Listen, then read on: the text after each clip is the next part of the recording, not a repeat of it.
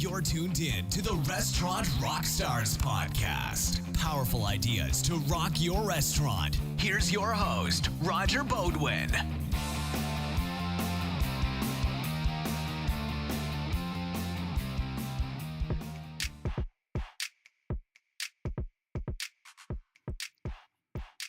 Hey everyone, glad you're back. You know, it's no secret that finding great staff and keeping them is one of the biggest challenges in this business. I hear it's a tough labor market every day, and I see the help wanted ads all the time. But know that there is a right and a wrong approach, and you can overcome this issue with a different game plan. First, forget the help wanted ads. They'll only bring you someone else's problem that left that job behind. Don't get caught in the trap of, I need someone now. That will more than likely result in finding a morale killer, someone with bad habits there just for the paycheck.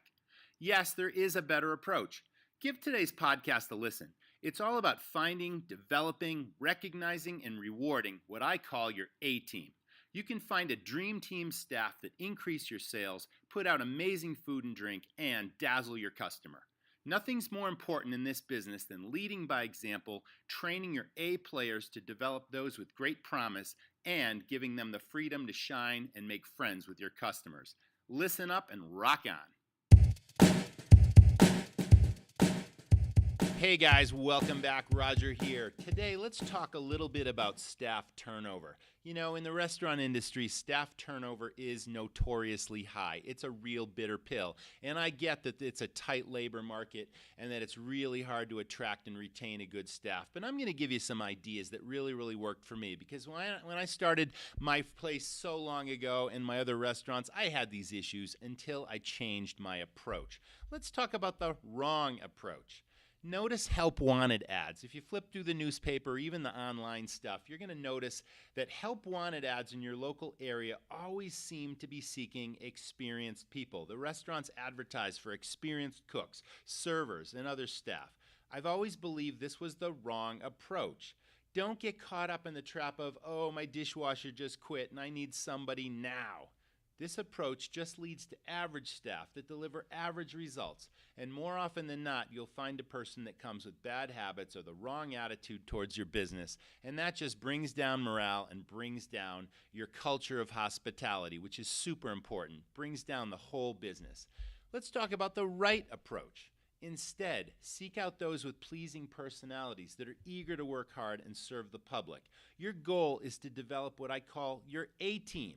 These are great staff that are reliable, quality, they're detail-oriented, they're hospitality-focused, and they're eager to please the customer.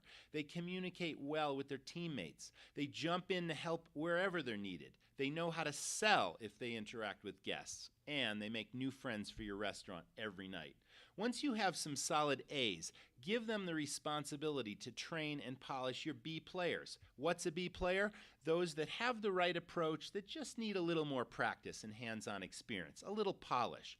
Also, use your A team to cross-train your staff in other positions as a plan B so anyone's ready to jump in and cover someone who can't make a shift. Ask your A and your B teams to recommend others they know that will fit your company culture and your team. That's the best way to find good people. Once you got good people, they know other good people that they would like to work with that have the same approach. It really works. As for your C team players, get rid of them immediately. C players complain. They show up just for a paycheck and they bring down the team spirit and the rest of your staff.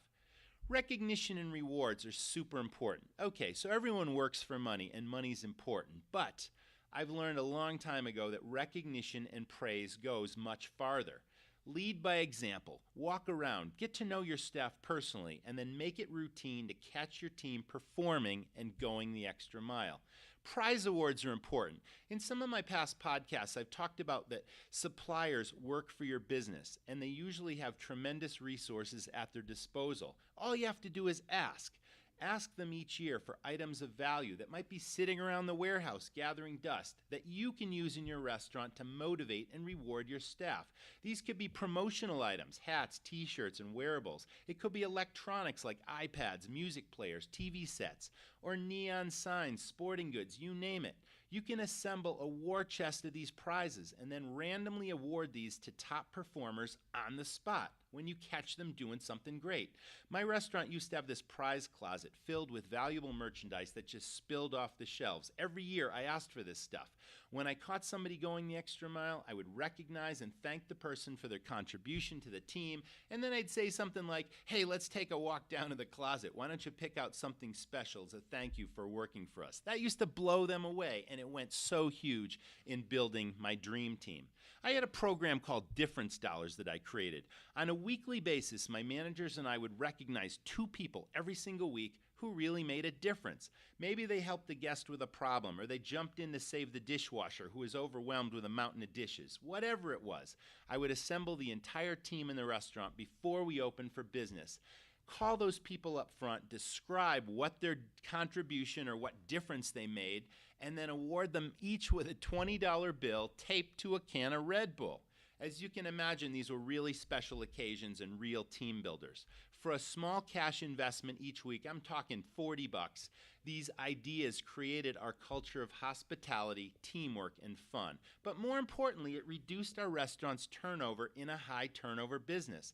There is no more important priority than building your own restaurant dream team. Pretty soon you'll see that your A players elevate everyone's performance, approach, and high customer service standards.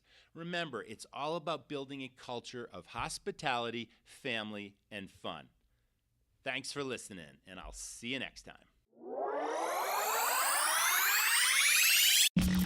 Thanks for listening to the Restaurant Rockstars podcast. For lots of great resources, head over to restaurantrockstars.com. And while you're there, download a copy of the book, Rock Your Restaurant. It's a game changer. See you next time.